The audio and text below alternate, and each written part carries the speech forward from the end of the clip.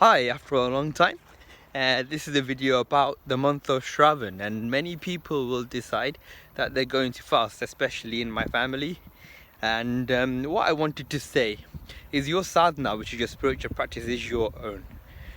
And but what does come to me is the fact that when you're fasting, you don't want to be thinking about food. You need to have the mental discipline of thinking about Shiv, because Shravan is about Shiv.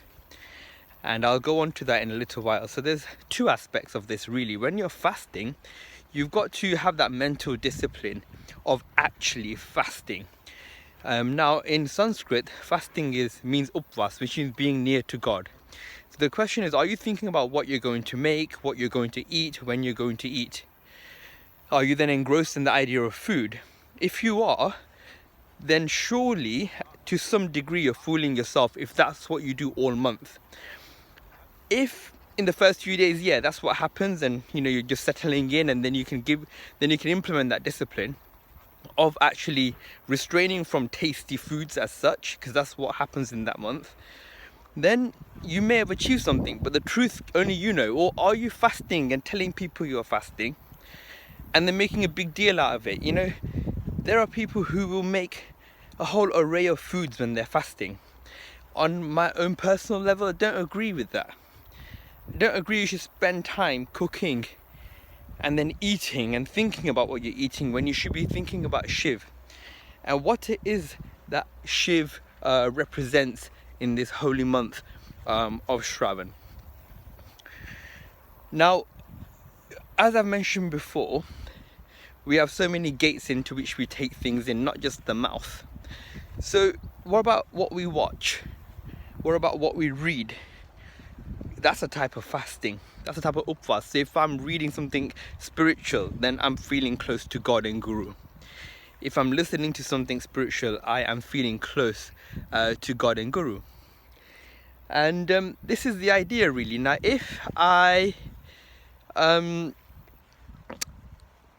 just keep thinking about food, then really I'm fooling myself, and you'll know that for yourself. I can't say it for you, but you're fooling yourself, because all you've done that month is think about what you're going to eat, how you're going to eat it, when are you going to eat it.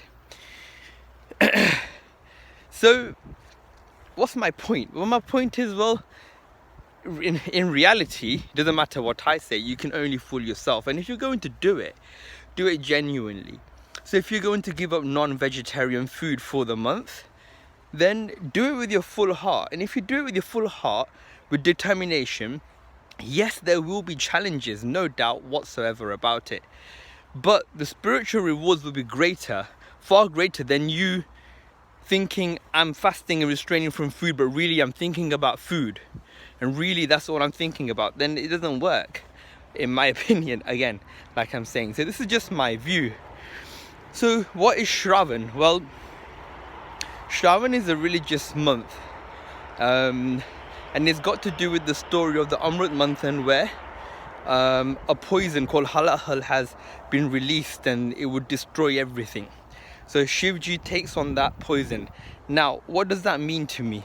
What that means to me is that God will take on your issues, your bad problems, your bad karmas. But you've got to have a level of spiritual practice in order to receive the grace, because technically you've got to put the effort in. And if you put the effort in and have that faith in God, have that faith in the deity that you believe in, and remember all deities lead to one place, then you will achieve that and you will become spiritually stronger. And my real message today, as Shravan starts tomorrow, is do it genuinely, do it with your full effort, do it with your full heart. Don't do it as a ritual, is what I'm trying to say. Now there's one more aspect to Shravan which I absolutely love, is the getting together of family. And I know in this very difficult period of COVID, and if you live in Leicester, then the lockdowns made it worse, is that we get together on Nag Pancham, we get together on Norinem, Raksha Bandhan, we get together on so many different days as a family. And it is about that family. And if you think someone's left out or someone's alone, you invite them to your home for dinner and you eat together. And that is a beautiful thing. Building strong communities, having your elders near you, having your loved ones near you, having your siblings near you.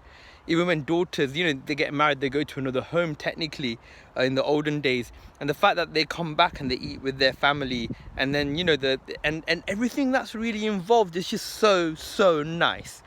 So there is a very physical aspect of unity. There is a spiritual aspect of you joining yourself with the divine. And that divine is within you, like my post earlier, it's within you. So put this effort in, be genuine to yourself, because if you don't, then you waste your month, and it's a great opportunity. So all the best to everyone. I won't be fasting, by the way, physically anyway, not doing anything via food, but I will be doing another means of fasting, which is upvas. Take care.